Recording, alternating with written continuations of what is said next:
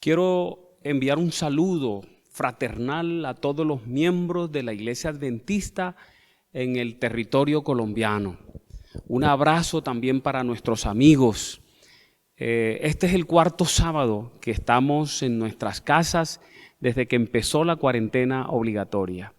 Y queremos estar con ustedes, acompañarlos durante esta jornada. Saludamos también a nuestros hermanos que se conectan en diferentes países, tanto de norte, centro como Suramérica y fuera del continente americano.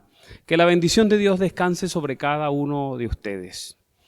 Quiero, mis hermanos, aprovechar este sábado para tratar un tema muy importante en el momento que estamos viviendo. Quiero hablarles de los engaños de Satanás. Y voy a hablar especialmente de una de las señales que aparece para el tiempo del fin en Mateo en el capítulo 24. Por eso he titulado el tema que voy a tener, Peligro, la obra de engaño de Satanás. Albert Camus, un escritor francés que escribió varios libros destacados, pero entre ellos La Peste, colocó en ese libro, que tiene mucho que ver con lo que está pasando en este tiempo en el mundo, una frase muy importante. Él dejó escrito allí: se aprende en medio de las plagas. Hay en los hombres más cosas dignas de admiración que de desprecio. Déjeme expresarle, mis hermanos y amigos, que yo espero que en medio de esta crisis aprendamos grandes lecciones y tomemos buenas decisiones. Decisiones pensadas con el Señor y con mucha oración. ¿Cómo cuáles? Por ejemplo, ser un miembro de iglesia más sólido. Ser un verdadero adventista del séptimo día. Adventista del séptimo día en todo el sentido de la palabra. Ser fiel a Dios en medio de esta crisis. Decidir adelantar el regreso del Señor viviendo y predicando el Evangelio. Tengo en mi biblioteca un libro con un título muy curioso. El título es ¿Por qué en la iglesia nadie aprende mucho de nada y cómo remediarlo? Observo con tristeza, con mucha tristeza, que no aprendemos de las experiencias del pasado y que seguimos cometiendo los mismos errores de manera cíclica. Es increíble que sigamos cayendo más bien en la trampa de personas desalmadas que comercian con la fe, que juegan con el sueño de eternidad que tenemos en nuestros corazones. Es una triste inclinación casi natural en nosotros los adventistas del séptimo día.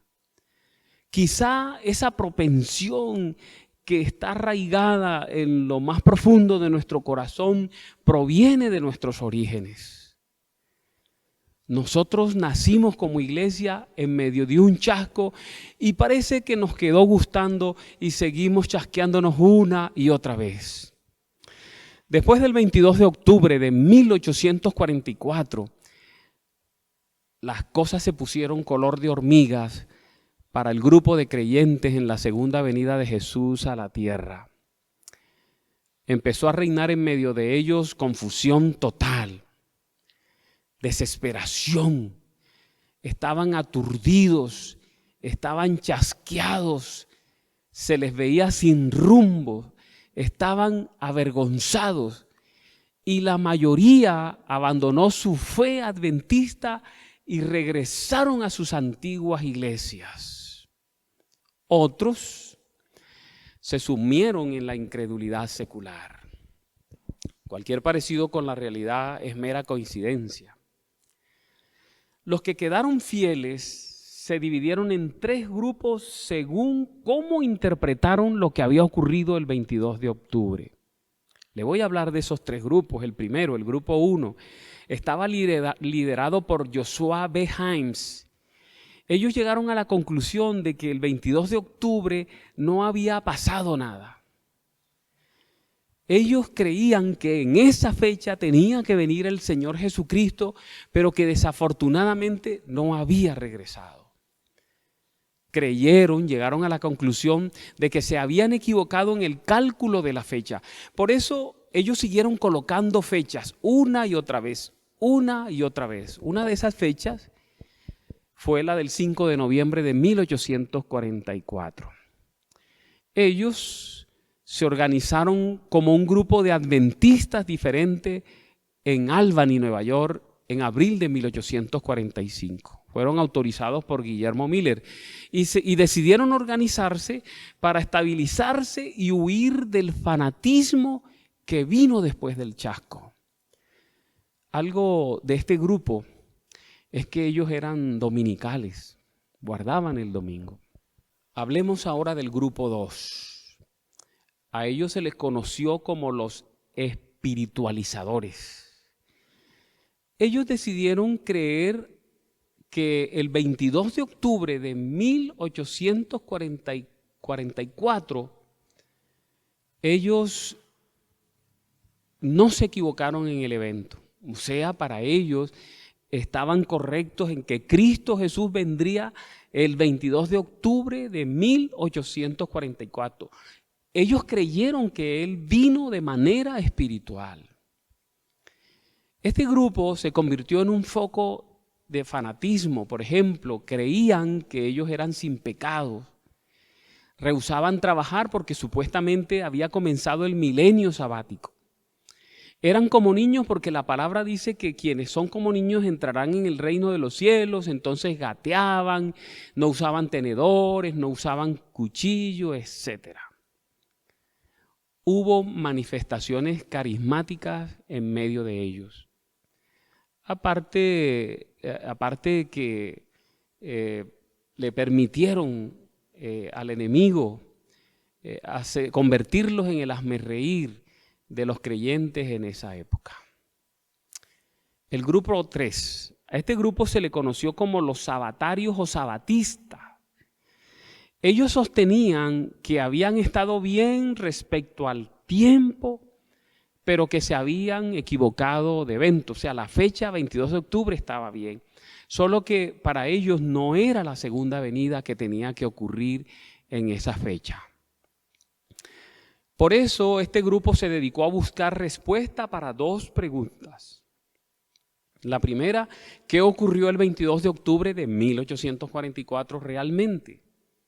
¿Y cuál era el santuario que debía ser purificado de acuerdo a la profecía de Daniel 8:14?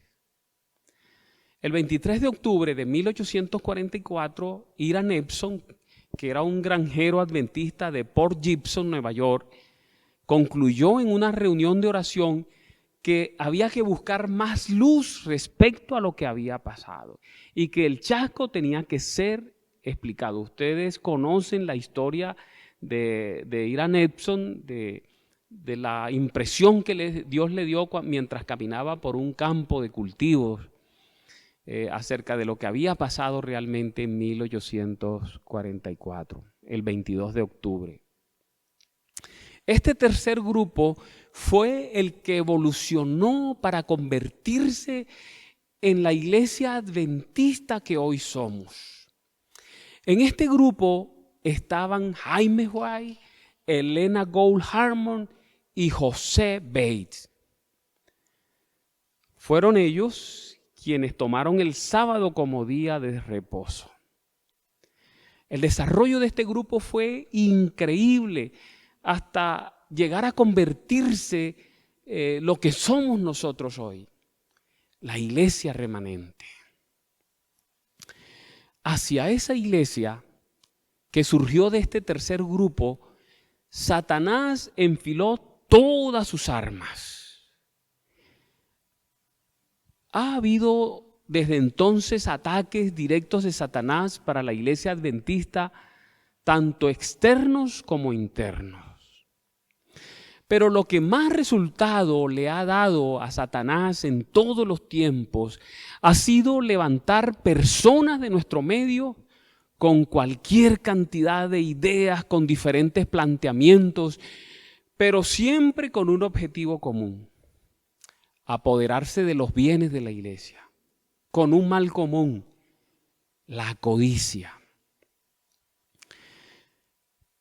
Quizá ustedes nunca se enteraron, pero la iglesia estuvo a punto de desaparecer en el periodo que va desde el año 1901 a 1903. Los enemigos que Satanás levantó en ese tiempo fueron de nuestro medio, salieron de nosotros mismos. Está John Harvey Kellogg, o el doctor Kellogg, como le conocemos más. Está A.T. Jones, E.J. Waggoner.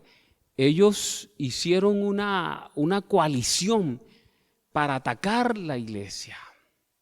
Ellos querían manejar la iglesia, querían los recursos de la iglesia y querían adueñarse de bienes preciados que la iglesia tenía en ese tiempo. Introdujeron un concepto herético. Con el libro escrito por el doctor Kellogg, El Templo Viviente, estaban proponiendo las bases para una nueva espiritualidad. Noten lo peligroso. A ese tiempo se le conoce como la crisis panteísta. Amigos y hermanos, la crisis fue devastadora y al final la iglesia quedó muy mal herida, sangrante, y perdió cosas valiosas y muy preciadas. Se perdió el sanatorio de Battle Creek, una propiedad valiosa. Se perdió la casa editora que se quemó. Se perdió la escuela de medicina. Y también perdimos mentes muy brillantes. Grandes teólogos se perdieron. Algo interesante es que en ese tiempo la iglesia estuvo a punto de perder su templo más representativo, el tabernáculo de Battle Creek. Si Satanás lo hubiese logrado, hubiese sido una puñalada directo al corazón de la iglesia remanente. A partir de ese momento, una gran cantidad de personajes se han levantado, utilizados por Satanás para destruir, para tratar de destruir la iglesia. La mayoría con la pretensión de reformarla, pero realmente es una máscara para esconder sus verdaderos propósitos. La codicia y los bienes de la iglesia. Siempre esas personas han estado detrás de lo mismo. Los bienes de la iglesia, los dineros de la iglesia, la codicia de la iglesia. Lo cierto es que muchos de esos personajes han jugado con la fe de los miembros de la iglesia y se han quedado con los bienes de muchos miembros de la iglesia. Respecto a esta crisis de 1901 a 1903, Elena G. de White escribió algo impactante. Ella expresó: tenemos ahora delante de nosotros el alfa de ese peligro, o sea, el comienzo de un gran peligro. La omega, o sea, el final, lo que vendrá después, será de una naturaleza asombrosísima. En Colombia no escapamos de esa realidad. Lo triste de todo esto es que no aprendemos de las dolorosas experiencias que hemos vivido en el pasado. En el pasado, hermanos, cientos de familias vendieron sus propiedades impulsadas por el temor. Muchísimas familias entregaron sus recursos a la llamada en ese entonces fundación. Cientos de familias fueron a buscar más santidad a lugares alejados, a lugares recónditos. Dejaron la iglesia. Yo vine a la iglesia adventista en ese tiempo. El Señor me alcanzó con el mensaje de salvación en ese tiempo. Fui testigo de esa crisis. Me tocó ver cómo esas personas que se fueron de la iglesia, que se marcharon de medio de la iglesia, regresaron después derrotados, con sus hogares destruidos, con las manos vacías, sin sus hijos, porque tomaron otros caminos mientras estaban fuera. Algunos muchachos se unieron, se enrolaron con la guerrilla, algunas muchachas sencillamente se fueron a vivir con hombres. Fue muy triste. Regresaron enfermos, profundamente amargados. Y lo más doloroso, muchos se fueron al mundo para nunca más volver. Fuimos testigos de eso, pero no aprendemos. Nos sigue pasando una y otra vez. Mora, Silva, Emilce, cualquiera que se levante con un mensaje estrambótico y sensacionalista. Esta crisis, hermanos, debe movernos, como dije en el tema del segundo sábado, a humillarnos, a arrepentirnos de nuestros pecados, a hacer cambios profundos en nuestra vida, a buscar una relación más significativa con Cristo por medio de la oración y el estudio de la palabra, a ser más santos, pero dentro de la iglesia. A prepararnos para atender un mundo hambriento. Quiero que sepas, que tengas presente que ninguna decisión que se tome impulsados por el miedo será satisfactoria. Puede trastornar nuestras vidas, las vidas de nuestras familias y llevar al traste nuestra fe. Elena G. de White hace una advertencia muy importante para este tiempo.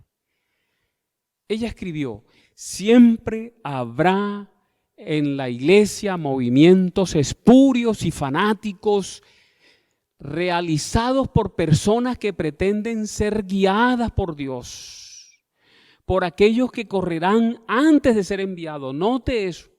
Siempre serán personas que vendrán con algunas pretensiones. Siempre. Y que pretenderán venir de parte de Dios. Y que establecerán fechas. Dice la sierva de Dios, establecerán fecha para el cumplimiento de profecías que aún no se han realizado. El enemigo, sigue diciendo, se regocija con este proceder, porque sus repetidos fracasos y su desviación de la atención hacia asuntos no revelados provoca confusión e incredulidad. Esto es muy importante tener en cuenta. Siempre vendrán diciendo que fueron enviados, que tuvieron revelación, que Dios los mandó. Siempre estarán colocando fechas y el principio de la cita nos expresa que eso es fanatismo, colocar fechas que Dios no nos ha autorizado es fanatismo. Nota que nos presenta que son personas que se adelantan a los eventos. Expresan que los eventos van a ocurrir antes del momento indicado por Dios. Y estas personas, con el cambio de fechas, exponen a la iglesia ante el mundo, nos ponen al ridículo. Lograrán que la gente deje de creerle a la iglesia. Nos van a llamar los pastorcitos mentirosos, cambiando fechas y poniendo fechas. Hermanos y amigos, cuando salgamos de esta crisis, nosotros vamos a encontrar un mundo que se habrá dado cuenta que un virus mató todos sus dioses materialistas. Vamos a encontrar un campo maduro que debe ser cosechado.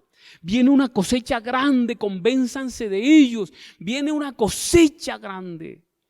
Y esa tarea, esa cosecha la tenemos que recoger nosotros. Elena White nos los dice, Dios nos los dice a través de su profeta. En un sentido especial, los adventistas del séptimo día han sido establecidos en el mundo como vigilantes y portadores de luz. A ellos se les ha confiado la última advertencia para un mundo que perece. Y mire lo que nos advierte. No debemos permitir que nada más absorba su atención, nuestra atención. No podemos distraernos en un momento como esto. Satanás trata de distraernos para que nos olvidemos que tenemos una tarea que realizar. Cuando las puertas se abran, cuando salgamos de esta cuarentena, tenemos que salir a cosechar, y cada miembro de iglesia debe formar parte de ese proceso de cosecha.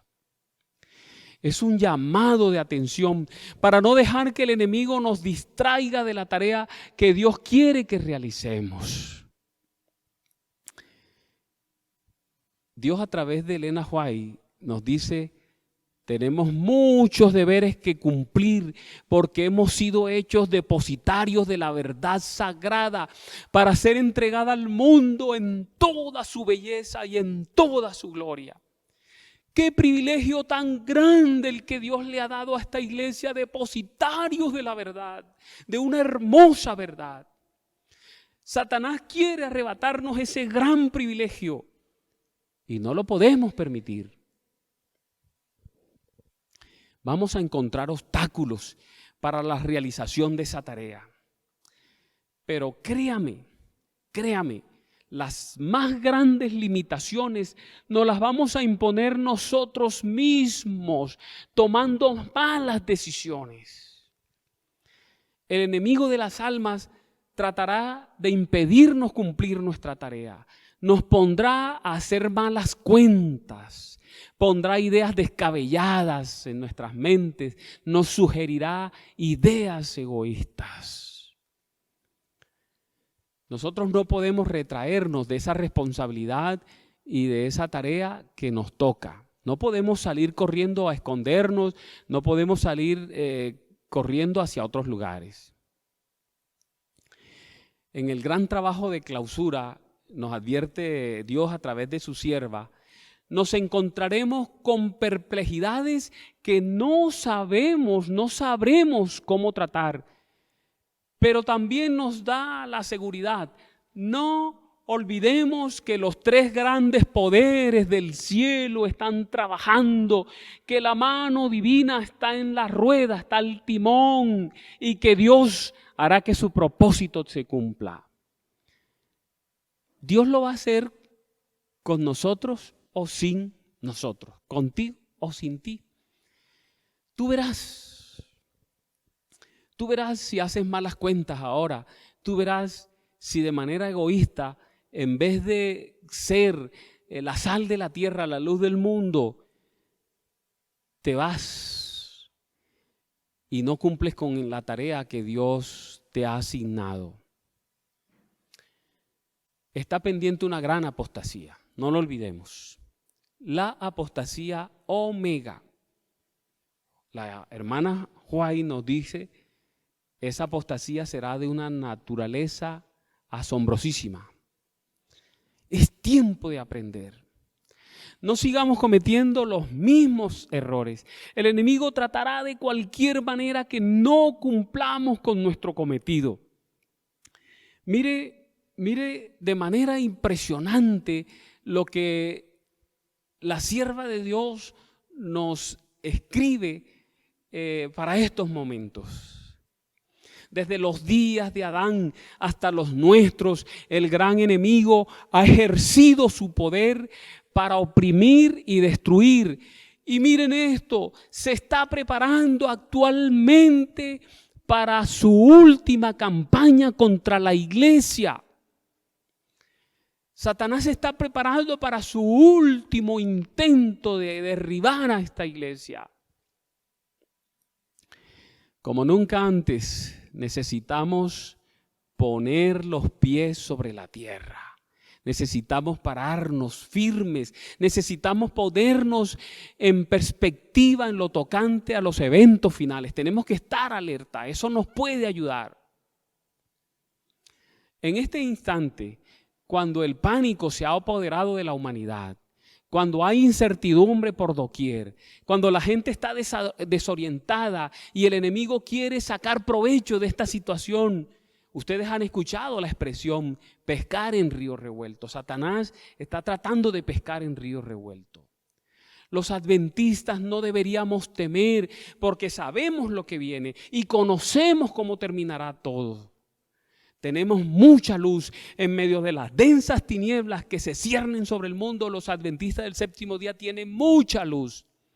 En primer lugar, tenemos la palabra, tenemos esta palabra. Y segunda de Pedro, en el capítulo 1 y versículo 19, nos muestra lo que tenemos en la palabra. Dice allí, tenemos también la palabra profética más segura. Y nos advierte, a la cual hacéis bien en estar atentos como una antorcha que alumbra el lugar oscuro hasta que el día esclarezca y el lucero de la mañana salga en vuestros corazones. Pero además de la palabra, tenemos el don profético. Amén. Tenemos el don profético.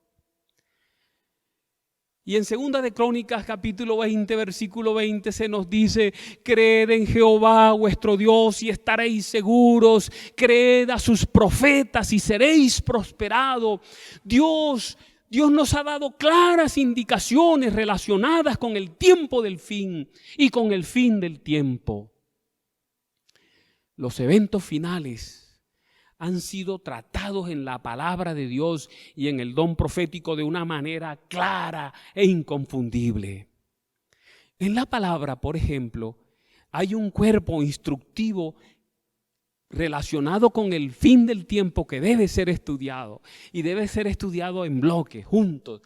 Me refiero al capítulo 24 de Mateo, al capítulo 13 del Evangelio según San Marcos y al capítulo 21 del Evangelio según San Lucas. Y en el don profético, ese mismo bloque se encuentra en el conflicto de los siglos, en el capítulo número 1, el primer capítulo que se titula El destino del mundo predicho, y en los últimos 7 capítulos.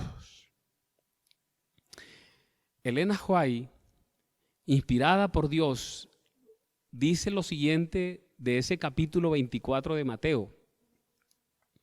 Ella expresa: el capítulo 24 de Mateo me ha sido presentado repetidas veces como algo que debe ser a lo que debe ser atraída la atención de todos los que vivimos hoy en el tiempo en que las predicciones de este capítulo se están cumpliendo. Y amonesta: expliquen nuestros ministros y maestros estas profecías a aquellos a quienes instruyen. Y nos invita: excluyan de sus discursos los asuntos de menor importancia. Vamos a olvidarnos de las cosas de menor importancia. Pero ella dice: presenten las verdades que decidirán el destino de las almas. Cuando Elena G. de White escribe eso en Obreros Evangélicos, en la página 154, nos está diciendo, hablando del capítulo 24 de Mateo, que allí hay verdades que ayudarán a decidir el destino de las almas. Y bueno, Marcos 13, Lucas 21. Por eso, hermanos, vamos a darle un vistazo a un aspecto del capítulo 24 de Mateo que considero es vital en el momento que estamos viviendo, y nos vamos a respaldar con la pluma inspirada. El Señor Jesús estaba en el templo. Era su última visita a ese lugar. Estaban allí con él sus más enconados enemigos, estaban los escribas, estaban los fariseos, estaban los gobernantes y sacerdotes. Todos ellos estaban en ese lugar. Es allí, en ese sitio, donde el Señor Jesucristo pronuncia el discurso que se titula en la Biblia Los ayes sobre los fariseos. Está en el capítulo 23 de Mateo. Y al final de ese capítulo, el discurso de Jesús termina con un pronunciamiento interesante. Elena G. de White registra el momento cuando él finaliza su discurso de la siguiente manera. Mirando por última vez al interior del templo, Jesús dijo con un tono patético y lastimoso: he aquí vuestra casa os es dejada desierta, porque os digo que desde ahora no me veréis hasta que digáis: bendito el que viene en nombre del Señor. Y salió del templo, y junto con su salida, la presencia de Dios se retiró de ese recinto. Podemos decir que ese fue el cierre del tiempo de gracia para ellos. Después el Señor en el atrio, cuando estaba en el atrio, se encuentra con los griegos que vinieron a preguntar acerca de él. Eso es en el exterior del templo. Pero mientras Jesús atiende a los griegos, de paso, ustedes saben que la mayor tentación del Señor Jesucristo fue devolverse, irse para el cielo nuevamente, abandonarnos, irse lejos. ¿Sí ven? Es una tendencia del enemigo. La mayor tentación del Señor Jesucristo fue abandonar a la humanidad a su suerte. Por eso ustedes vieron después allá en el huerto, él oraba con angustia: si es posible, pase de mí esta copa. En el momento en que los griegos vinieron a Jesús, él pensó que la cruz no era necesaria, que era productivo irse con los griegos, atenderlos, y con la cultura que ellos tenían y la manera como ellos manejaban la filosofía y sus escritos, quizá ellos podían lograr que el evangelio se extendiera sin ir a la cruz. Me estoy diciendo cosas que les van a parecer raras, ¿cierto? Pero es real, es real. Mientras Jesús trataba con los griegos, los discípulos estaban abrumados por las palabras que Jesús había tenido al final de su discurso dentro del templo. Ellos se preguntaban qué podían significar esas palabras, tenían inquietud y por eso, mientras caminan fuera del templo, deciden mostrarle al Salvador la grandeza, la belleza del templo, de las murallas, de los muros de la ciudad. Y frente a esa multitud que está ahí rodeándole, el Señor Jesús les responde: ¿veis todo esto?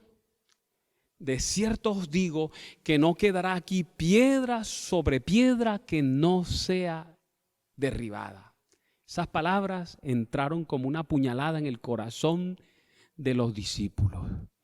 De allí se dirige solo con sus discípulos, deja la multitud, se van hacia el monte de los olivos. Y cuando están allí solos, los discípulos no resisten más y se le acercan para hacer la pregunta famosa que está en Mateo, en el capítulo 24 y versículo 3. Ellos le preguntan: ¿cuándo será destruido el templo? ¿Cómo sabremos que tú vendrás otra vez y que ha llegado el fin del mundo? ¿Cuáles serán las señales? Yo lo leí en otra versión. Para los discípulos era difícil creer que hubiera un poder en la tierra que pudiera derribar esas fortalezas, esas murallas de la ciudad y también del templo. Ellos pensaron que sí, que algún día las murallas serían derribadas, pero que sería al final de todo, al fin del tiempo, cuando el Señor Jesús viniera y el mundo llegara a su final. Jesús entonces se sentó y de una manera muy amorosa respondió lo que sus discípulos le habían preguntado. Pero aprovechó para dejar para nosotros suficiente información referente a su segunda venida.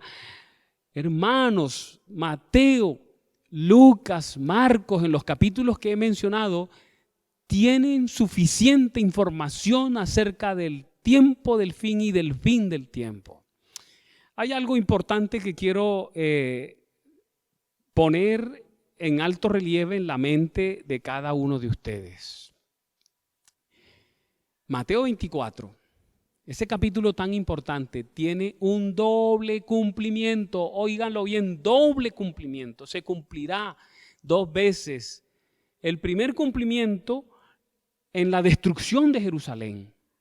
Y el segundo cumplimiento en el fin del tiempo, cuando el Señor Jesús venga por segunda vez, cuando sea la destrucción del mundo. Ese cumplimiento final será mayor, será a una gran escala, será más completo. En lo que los discípulos le preguntaron al maestro, realmente están involucradas dos preguntas. La primera, ¿cuándo será destruido el templo? La segunda, ¿cómo sabremos que tú vendrás otra vez y que ha llegado el fin del mundo? Jesús respondió las dos preguntas juntas, mezcladas. Ellos pidieron señales y Él les dio señales para los dos eventos. Juntó los dos eventos en su respuesta. Enumeró las señales de una manera secuencial. Yo le voy a mostrar esa secuencia después. Y casi cronológica. Miren que el deseado de toda la gente capta eso. El deseado de toda la gente dice en su contestación a los discípulos, Jesús no consideró por separado la destrucción de Jerusalén y el gran día de su venida. Y dice, mezcló la descripción de estos dos acontecimientos.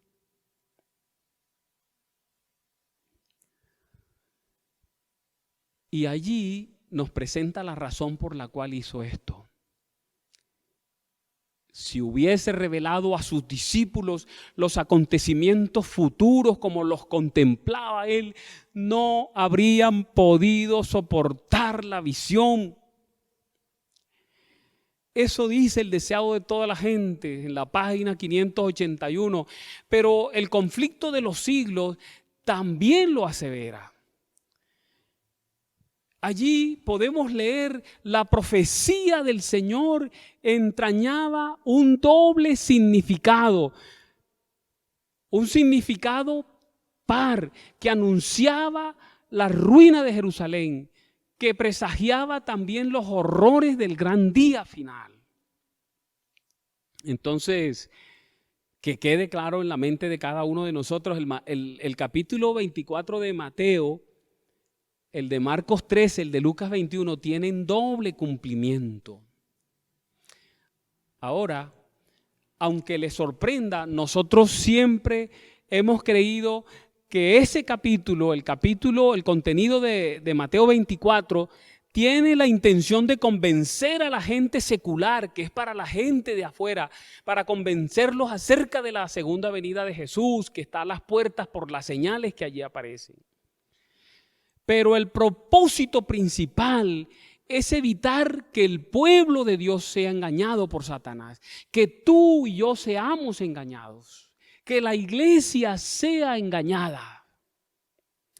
Por eso ustedes ven que después de la pregunta de los discípulos, la respuesta del Señor Jesús es interesante. Ellos le pidieron señales y lo primero que Jesús les responde allí en Mateo 24, versículo 4, Él les responde, cuidado, no se dejen engañar.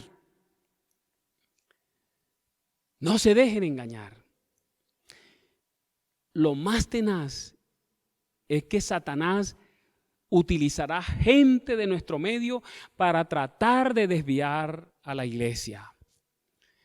Es lo que le dice el Señor Jesús. Primero le dice, mirad que nadie os engañe, en el versículo 4, pero luego en el versículo 5 dice quiénes intentarán engañarlos, porque vendrán muchos en mi nombre. Note, en mi nombre, gente que cree, es gente que sabe, gente de en medio de nosotros, diciendo yo soy el Cristo, y a muchos engañarán. A estas alturas quiero recalcar las señales que se cumplieron con la destrucción de Jerusalén. Les hago claridad en eso. Las señales que se cumplieron antes de la destrucción de Jerusalén se van a cumplir una vez más antes de la segunda venida, solo que lo harán en una escala mayor. Y hoy me voy a concentrar en una de esas señales que aparecen allí, una sola.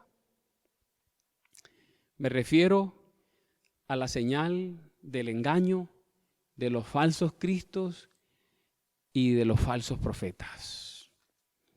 Ya expresé que el mensaje de Mateo 24, de Marcos 13 y de Lucas 21 están dirigidos en primer lugar a los discípulos de Jesús, a la iglesia naciente y por supuesto en segundo lugar a la iglesia remanente, a nosotros, a la iglesia de este tiempo. El propósito es evitar en aquella época que los discípulos fuesen engañados y en este tiempo que nosotros seamos engañados. Satanás lo va a intentar de mil maneras, pero si nosotros le prestamos atención a la metodología que utilizó antes de la destrucción de Jerusalén para engañar a la iglesia, no tenemos necesidad de ser engañados porque será la misma metodología antes de la segunda venida del Señor Jesucristo. Satanás no es tan creativo como parece. En Mateo capítulo 24 y versículo 11 nos hace la advertencia. Y muchos falsos profetas se levantarán y note, son muchos y engañarán a muchos. Serán muchos que surgirán en un tiempo, en otro tiempo, pero también engañarán a muchas personas. Elena G. de White también dice eso, lamentablemente, que al final muchos se irán. Ustedes saben que en los conceptos que la iglesia tiene respecto al fin del tiempo, tenemos un concepto llamado zarandeo. Vamos a ver entonces cómo ese pasaje que acabamos de leer se cumplió antes de la caída de Jerusalén. ¿Cómo se cumplió esa advertencia? El Nuevo Testamento es impresionante. El Nuevo Testamento documentó el cumplimiento de esa profecía de manera abundante. Por ejemplo, en Hechos capítulo 5, versículos 36 y 37 nos habla del surgimiento de Teudas y de Judas el Galileo. Note cómo lo presenta, porque antes de estos días se levantó Teudas diciendo que era alguien, si ven, pretensión. A este se unió un número como de 400, engañan siempre, 400 hombres. Pero él fue muerto y miren, yo quiero llamar la atención a lo que ese pasaje dice. Y todos los que le obedecían fueron dispersados, reducidos a nada. Yo quiero que no pierdan de vista eso. Siempre que que sale gente de la iglesia y se va detrás de cualquier mago, de cualquier predicador que presenta errores, que habla de reforma, siempre esos movimientos que van en contra de la iglesia terminan mal y la gente termina dispersa, se van de la iglesia, se regresan al mundo, muchos no vuelven. Pero ese capítulo sigue registrando otro profeta falso. Se levantó Judas el Galileo en los días del censo y note, y llevó en pos de sí a mucho pueblo. Muchos son engañados. Siempre no aprendemos, muchos. Y dice allí, pereció también él. Y todos los que le obedecían, ojo, fueron dispersados. Dispersión. Pérdida, eso es lo que Satanás busca, dispersar. En Hechos, en el capítulo 8, en el versículo 9 y 10 aparece otro profeta, Simón el mago. Y mire cómo lo presenta. Había un hombre llamado Simón que antes ejercía la magia en aquella ciudad y había engañado a la gente de Samaria, haciéndose pasar por algún grande. Siempre esa pretensión. El Señor me llamó, el Señor me reveló, el Señor me mostró. Y allí dice, a este oían atentamente todos. Un elemento que está profetizado para este tiempo, para el final, es la comezón de oír. Los miembros de la iglesia tienen comezón de oír y le prestan atención a cualquiera que se levanta, con cualquier cosa, con cualquier idea. Y acá dice de este mago que fue escuchado por el más pequeño hasta el más grande, y note lo que decían, este es el gran poder de Dios. Hermanos, miren, en este tiempo final, de los profetas falsos que se van a levantar, algunos pretenderán hacer milagros y puede que lo hagan. Yo creo, si tú lees bien El deseo de toda la gente, la historia de Barrabás, vas a encontrar que Elena G. de White registra que Barrabás engañaba a la gente haciendo milagros. Barrabás hacía milagros. ¿Cómo hacía esos milagros? Tiene que ser a través de Satanás y a través de la magia. Y en el tiempo final, los que se levantarán, muchos de los que se levantarán, estarán dirigidos por Satanás y por la magia satánica y por el espiritismo para poder engañar. Los discípulos reconocieron esa señal. El levantamiento de dentro de ellos, de personas que surgirían predicando muchas cosas para engañar, que llegarían aún a hacerse pasar por Cristo. Lo hizo Juan. ¿Se acuerdan? Juan escribió en primera de Juan, en el capítulo 2 y versículo 18, hijitos, ya es el último tiempo y según vosotros oísteis que el anticristo viene, así ahora han surgido muchos anticristos, por esto conocemos que es el último tiempo. El Nuevo Testamento registra entonces de manera profusa esos engaños y el surgimiento de engañadores y de falsos profetas antes de la destrucción de Jerusalén. Estamos hablando del surgimiento de falsos profetas antes de la caída de Jerusalén. Pero recuerden, ocurrirá lo mismo antes de la segunda venida.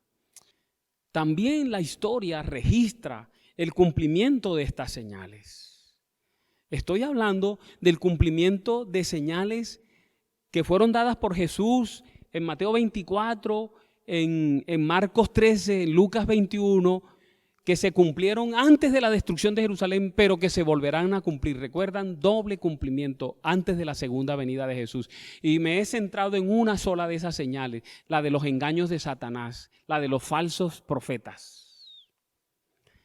Pero también la historia registra el cumplimiento de esas señales. Flavio Josefo, que fue un historiador judío que combatió en las guerras judías contra Roma, que nació más o menos en el año 37 de la era cristiana y que murió en el año 100 de la era cristiana, o sea que tuvo tiempo de ver el cumplimiento.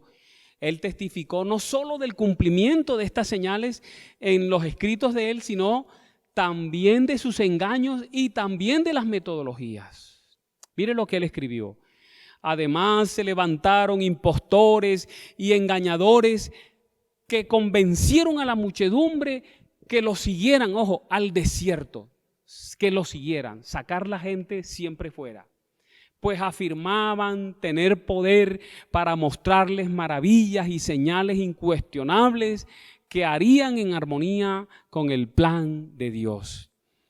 Mire que el mismo Josefo registra la estrategia que utilizaban estos señores. Estoy hablando de escritos de Josefo en Antigüedades de los Judíos. Tengo el tomo 1, 2 y 3 de las Antigüedades de los Judíos de Flavio Josefo. Y él registra que los engañadores siempre sacan a la gente. La sacan de la iglesia, se la llevan fuera y le prometen, le hacen promesas, vas a ver grandes cosas. Él escribió en este libro que he mencionado, ¿verdad? Que les he mencionado de él, escribió engañadores e impostores que profesaban ser inspirados divinamente para forjar cambios, ofrecen santidad, vas a cambiar, cambios revolucionarios. Persuadieron a la multitud que se comportara, ojo con esto, como desquiciados, conduciéndolos al desierto con la creencia que Dios le daría allí señales de su liberación. Hoy sigue siendo igual. Satanás sigue utilizando estas personas y usan la misma metodología. Por eso les decía, Satanás no es creativo. Dios se dio cuenta de ello. Por eso cuando contestó a los discípulos en esos 2 capítulos, sencilla y llanamente mostró que así como ocurrió antes de la destrucción de Jerusalén, cuando lo hizo Nabucodonosor, ocurriría con la destrucción de Jerusalén cuando lo hiciera Tito, cuando lo hicieran los romanos, y ocurriría con la destrucción del mundo cuando el Señor Jesucristo regresara por segunda vez a la tierra. Es la misma metodología. Se presentan como escogidos de Dios, que tienen sueños, que tienen visiones, que estudian mucho, sacan a la gente haciéndole ofrecimiento, ahí no vas a progresar, ahí no has crecido nada, se los llevan fuera, los apartan.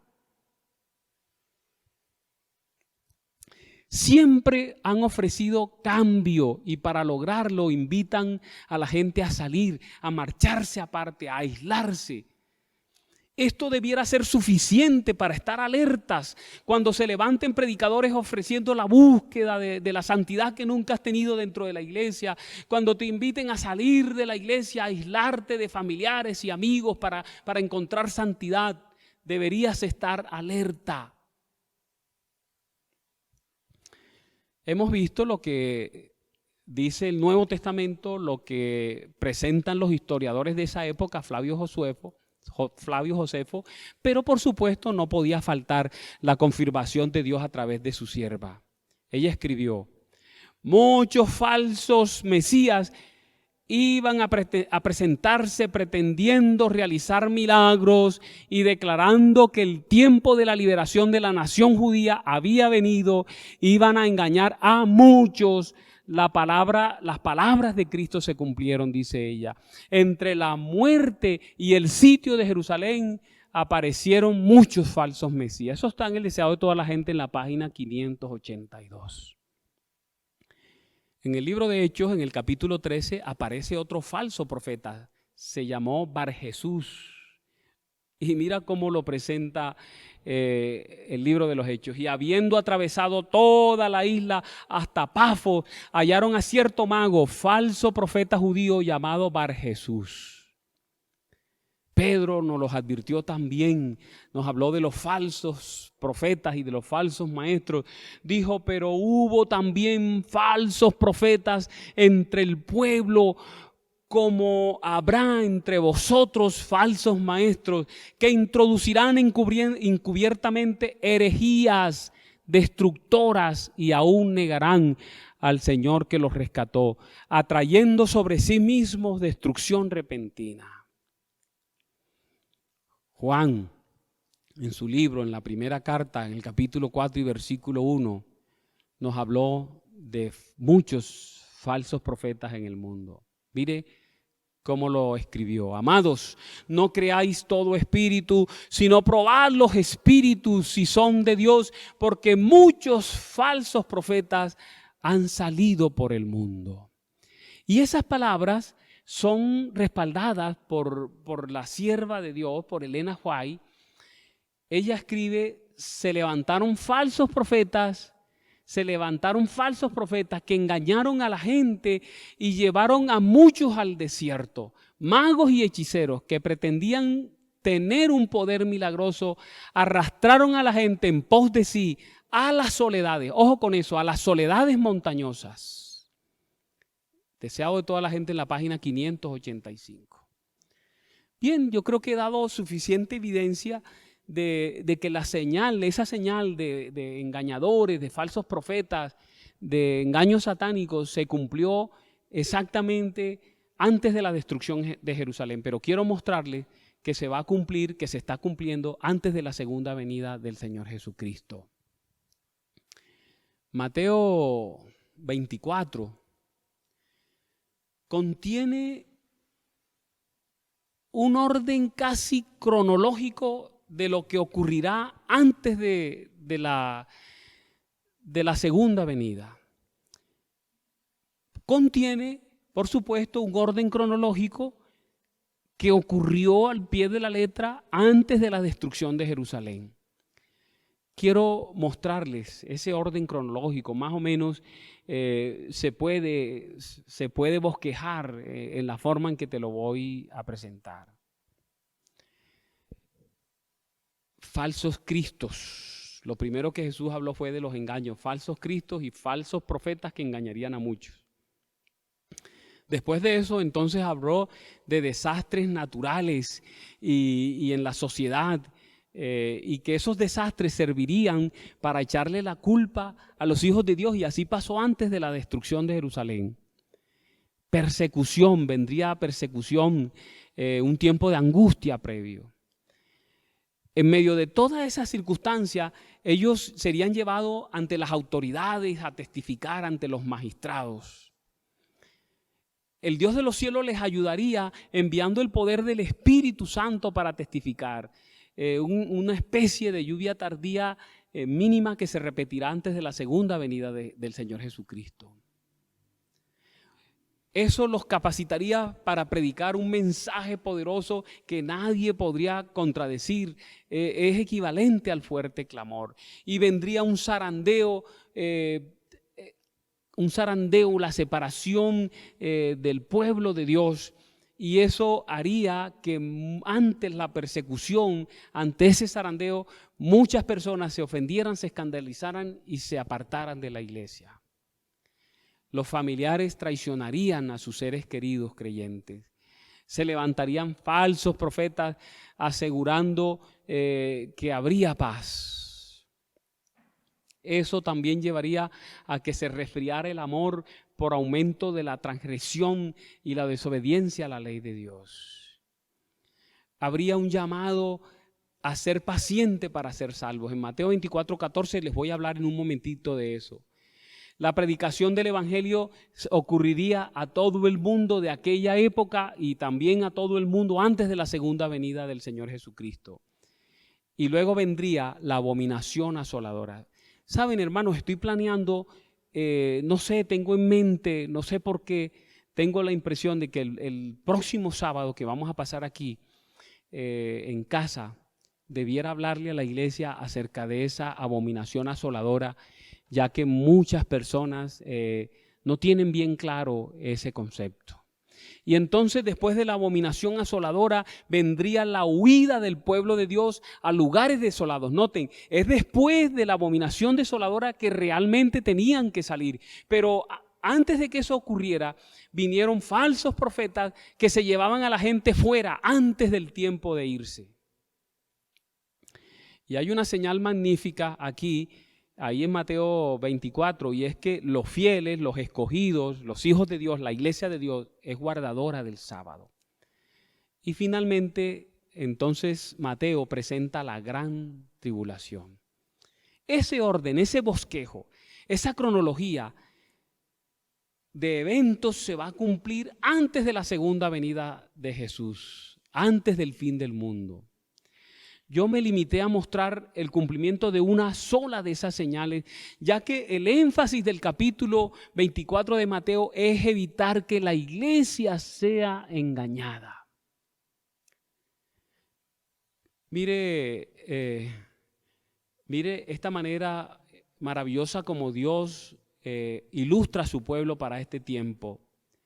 Se levantaron falsos profetas que engañaron a la gente y llevaron a muchos al desierto. Magos y hechiceros que pretendían tener un poder milagroso arrastraron a la gente en pos de sí a las soledades montañosas.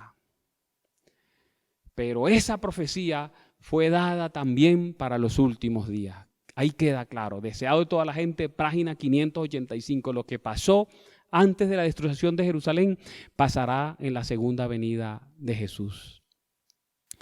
Se han levantado falsos cristos en los últimos años, o sea, se está cumpliendo. ¿Ustedes recuerdan a David Koresh? David Koresh salió de en medio de la iglesia. Él llevó a su gente a Waco, Texas. ¿Recuerdan la mortandad que hubo allí cuando vinieron las autoridades? ¿Recuerdan a Jim Jones? Él sacó a su gente de las casas, jubilados, lo aisló. Miren, David Koresh sacó a la gente de la iglesia y se los llevó también a un lugar. Siempre aíslan, siempre tratan de llevarse a la gente lejos de su familia y lejos de la comunidad. Lo mismo hizo Jim Jones, sacó a la gente, los llevó a un lugar allí de las Guyanas, a una finca retirada, y allí cualquier día, después de someter su voluntad a través de sus enseñanzas, los hizo tomarse un veneno en un refresco y mató una gran cantidad de personas porque supuestamente muriendo se encontraban con el Salvador. Ustedes recuerdan a José Luis de Jesús Miranda, es el que le hace poner a sus seguidores un 666, que se tatúen con el 666. Pero por supuesto, en nuestro tiempo, los falsos vicarios de Cristo en esta tierra, ahí están, ellos son cumplimiento de esta señal. Ahora piensen en los falsos profetas que se han levantado en nuestro medio con una codicia voraz y que han alborotado a los fieles y les han engañado apoderándose de sus recursos y bienes, dejando una estela de personas amargadas cuya fe ha muerto y que finalmente se han marchado al mundo. Hay algo que pasa desapercibido cuando leemos Mateo 24. Yo sé que ustedes leen ese libro, lo han leído muchas veces y ese capítulo muchas veces, pero siempre pasan por alto algo. Está en el versículo 13, Mateo 24, 13. Allí, en ese versículo, Jesús, después de mostrarle todo lo que iba a pasar, instó a sus seguidores a perseverar en la fe. Si ven cómo se lee ahí en ese pasaje, mas el que persevere hasta el fin, este será salvo. Después de mostrarle todos los peligros, después de mostrarle todas las señales, le hace una invitación a perseverar. Y es importante mirar el contexto de ese versículo. Hay tres cosas en el contexto anterior que amenazaron la perseverancia de la iglesia en esa época, antes de la destrucción de Jerusalén, y que también volverá a ocurrir antes de la segunda venida de Jesús. Por ejemplo, en el versículo 9 y 10 de Mateo 24, habla de la persecución, la entrega que harán los familiares de seres queridos que aman a Jesús y lo obedecen. En el versículo 11 habla del engaño de los falsos profetas. Y en el versículo 12 habla de un enfriamiento del amor por causa de la transgresión de la ley. O sea, pecados, hábitos que no hemos vencido, que finalmente lograrán enfriar a muchos y los llevarán lejos de la fe. Pero ahí Mateo 24 presenta que aquellos que perseverarán hasta el fin serán aquellos que no caigan ni por la persecución, ni por el engaño, ni por el enfriamiento del amor. Esas serán personas que se aferrarán al Señor Jesús, aferrados como Pedro de la mano de Jesús cuando se estaba hundiendo, como Jacob, aferrados del manto del Salvador. En estos momentos de crisis, mis hermanos, necesitamos orar y ayunar como nunca antes, se los dije en el tema pasado. Hacer un análisis de nuestra vida hasta ahora, confesar nuestros pecados y maldad, arrepentirnos de lo malo que hemos hecho y de lo bueno que hemos dejado de hacer. Necesitamos tomar decisiones, aprovechen este tiempo, tomar decisiones serias, serenas, bien pensadas. Que cuando salgamos de allí, salgamos siendo diferentes.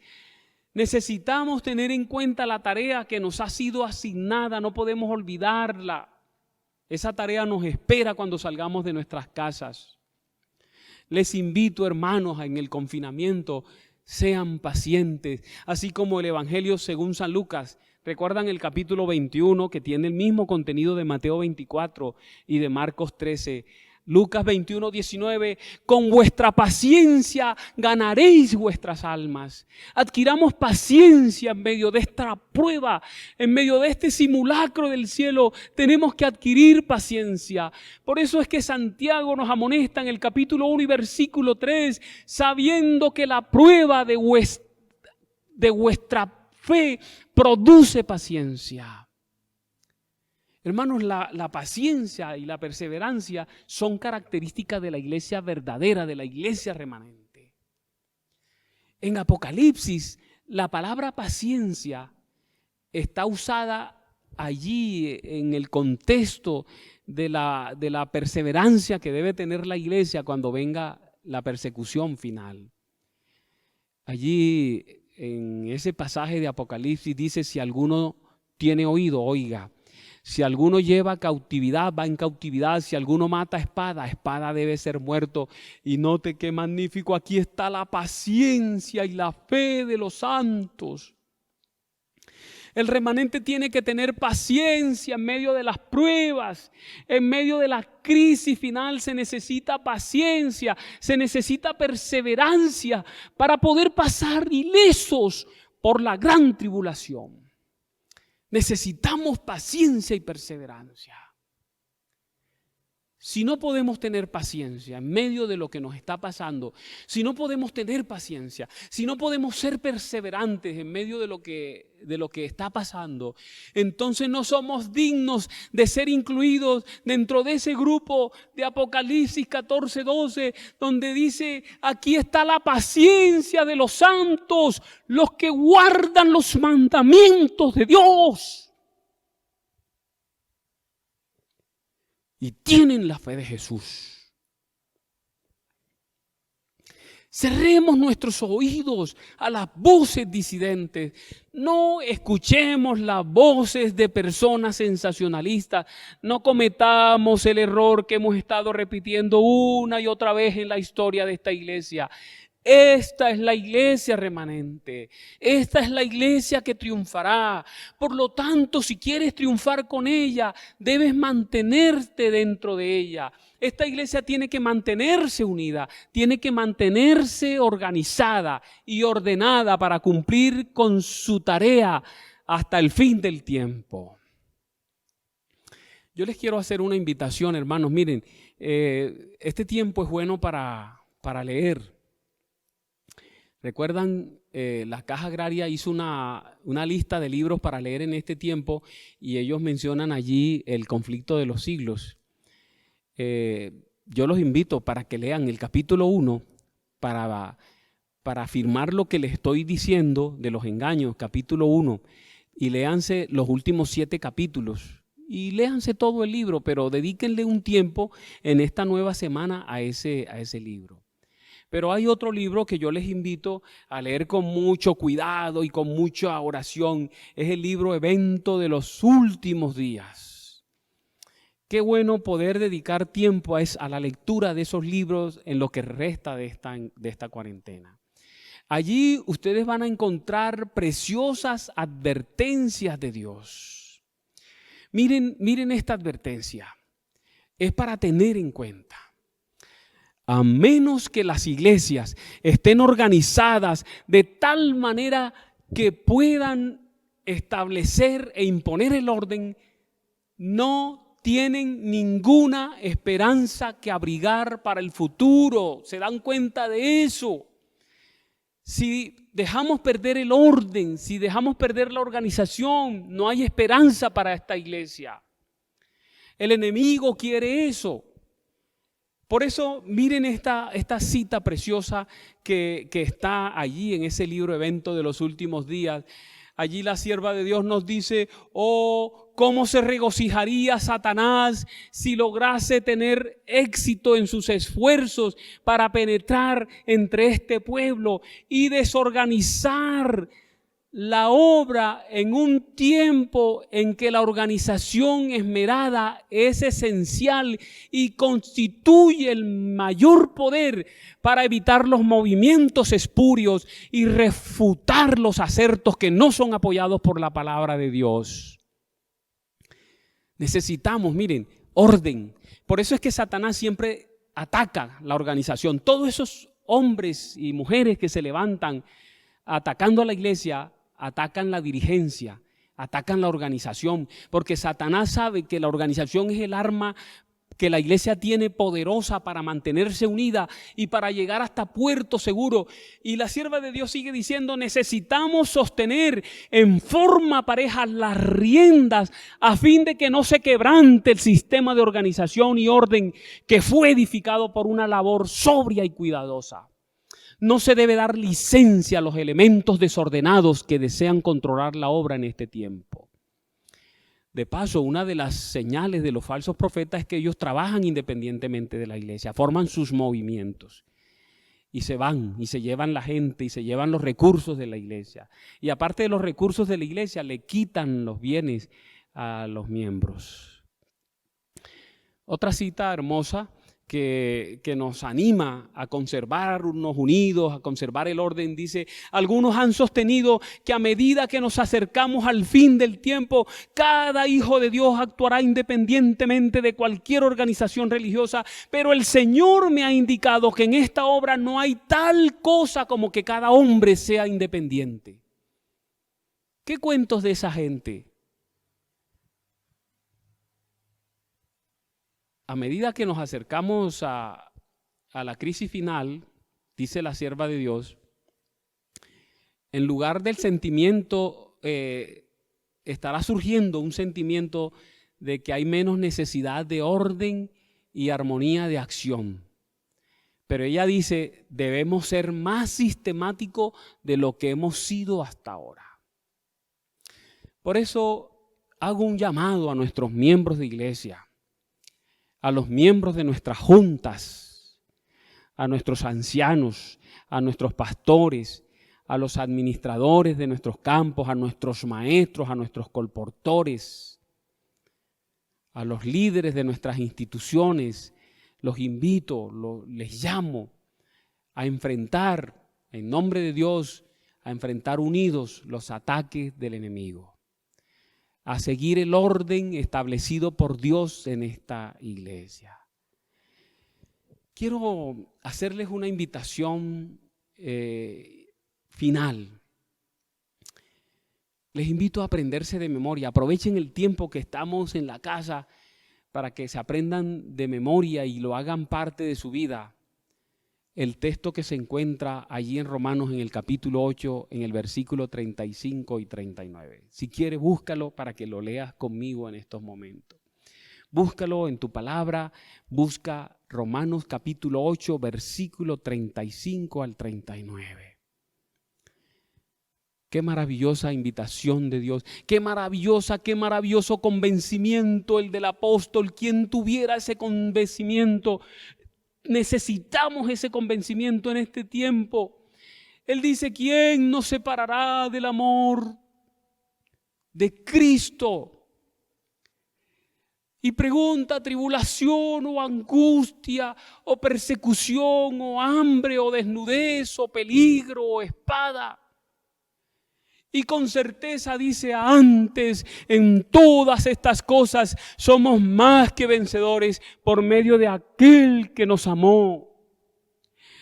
Qué convicción ahí en el versículo 38, por lo cual estoy seguro de que ni la muerte, hermanos, ni la muerte, ni la vida, ni ángeles, ni principados, ni potestades, ni lo presente, ni lo porvenir, ni lo alto, ni lo profundo, ni ninguna otra cosa creada nos podrá separar del amor de Dios que es en Cristo Jesús, Señor nuestro.